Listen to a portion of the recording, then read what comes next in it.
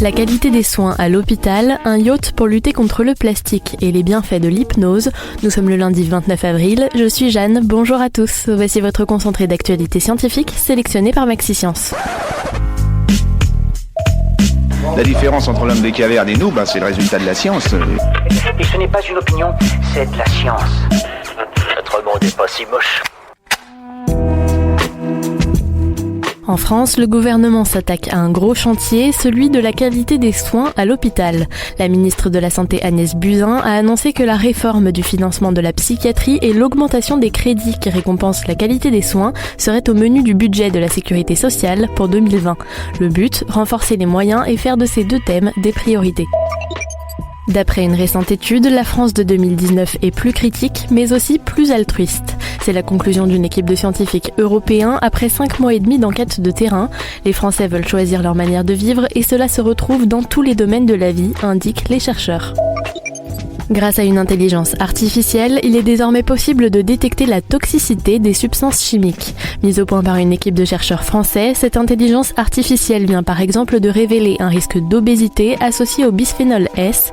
Cette molécule est largement utilisée en remplacement du bisphénol A qui est un perturbateur endocrinien.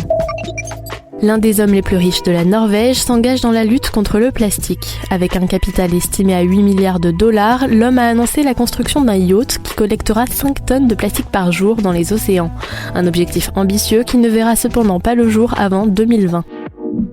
Super, j'adore. Alors écoute-moi bien, je vais essayer d'être clair avec toi. Ouais, génial.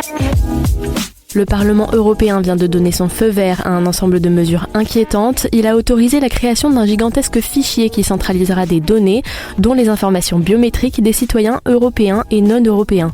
Une annonce qui n'a pas manqué de susciter les inquiétudes des défenseurs des libertés individuelles. L'hypnose se fait une place de plus en plus grande dans les hôpitaux. Le CHU de Lille va ainsi tester un dispositif connecté afin de limiter les effets du stress pendant les opérations chirurgicales délicates.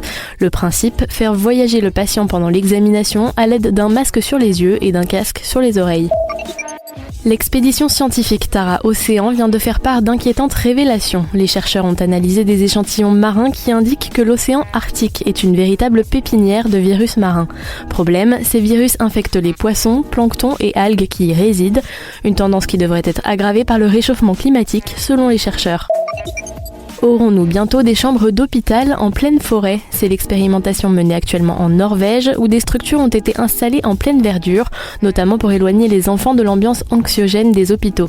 Les effets sur l'efficacité du traitement et le bien-être devront être mesurés dans de futures études. C'est tout pour aujourd'hui, on vous dit à demain pour de nouvelles actualités scientifiques. Mais en attendant, si vous souhaitez approfondir les nouvelles du jour, rendez-vous sur le site de Maxi-Science.